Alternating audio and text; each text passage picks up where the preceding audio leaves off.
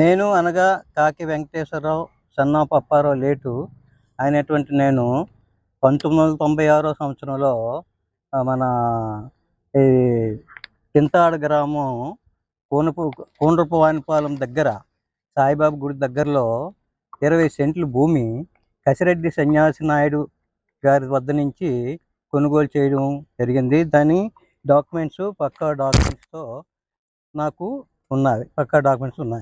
అయితే ఈ మధ్యకాలంలో నేను ఆ సైట్ దగ్గరికి వెళ్ళగా అక్కడ ఆ ప్లేస్లో షెడ్డు నిర్మితమై ఉంది. అది ఎంక్వైరీ చేయగా అక్కడ కన్నూరి సూర్యనారాయణ అనే కేఎస్ఎన్ అనే వ్యక్తి కబ్జా చేసినట్లు గుర్తించడం జరిగింది. ఆ నిమిత్తం మేము ఈరోజు ఈ కలెక్టర్ వారి సముదాయంలో వాళ్ళకి వినతి పత్రం సమర్పించినందుకు వచ్చి వారికి విన్నవించుకున్నాం. వారు సానుకూలంగా చూసి పరిశీలించి మీకు న్యాయం అది కూడా ఇది అన్ని ఇచ్చారు. వాళ్ళు న్యాయం మీకు చేకూరుస్తామని చెప్పడం జరిగింది. ముందు లోకల్ స్థానిక ఎమ్మెల్యేని అదే పోలీసులు అంటే వారిని ఎవరిని కూడా సంప్రదించలేదు సార్. డైరెక్ట్ అంటే మన ఎమ్మెల్యే గారిని కూడా కలవడం జరిగింది. ఎమ్మెల్యే గారికి కూడా వానికి వినతిపత్రం ఇవ్వడం జరిగింది.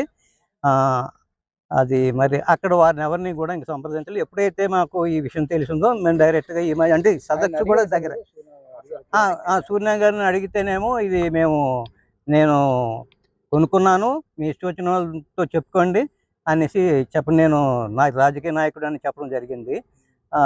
ఆ ఉద్దేశంతో ఇప్పుడు మేము ఈరోజు ఇక్కడికి వచ్చి వినతిపత్రం సమర్పించుకున్నాము. మరి అది నాకు ఐడియా లేదు సార్, పార్టీ చెందినాలు అన్నది.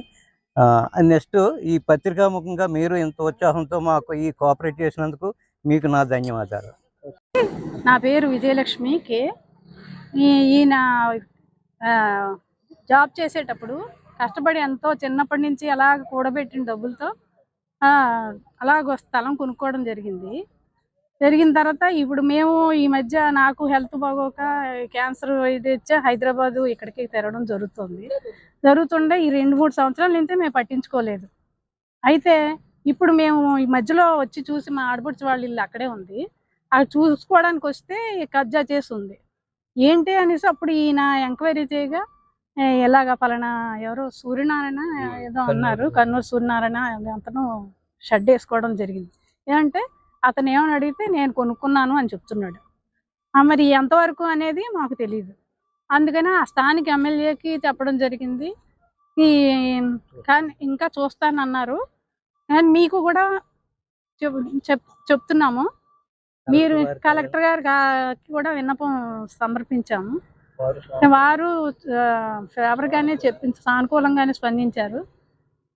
కాకపోతే అది మీకు పరంగా కూడా మీరు ఏమైనా మాకు సహాయం చేస్తారని ఆశిస్తున్నాం. అది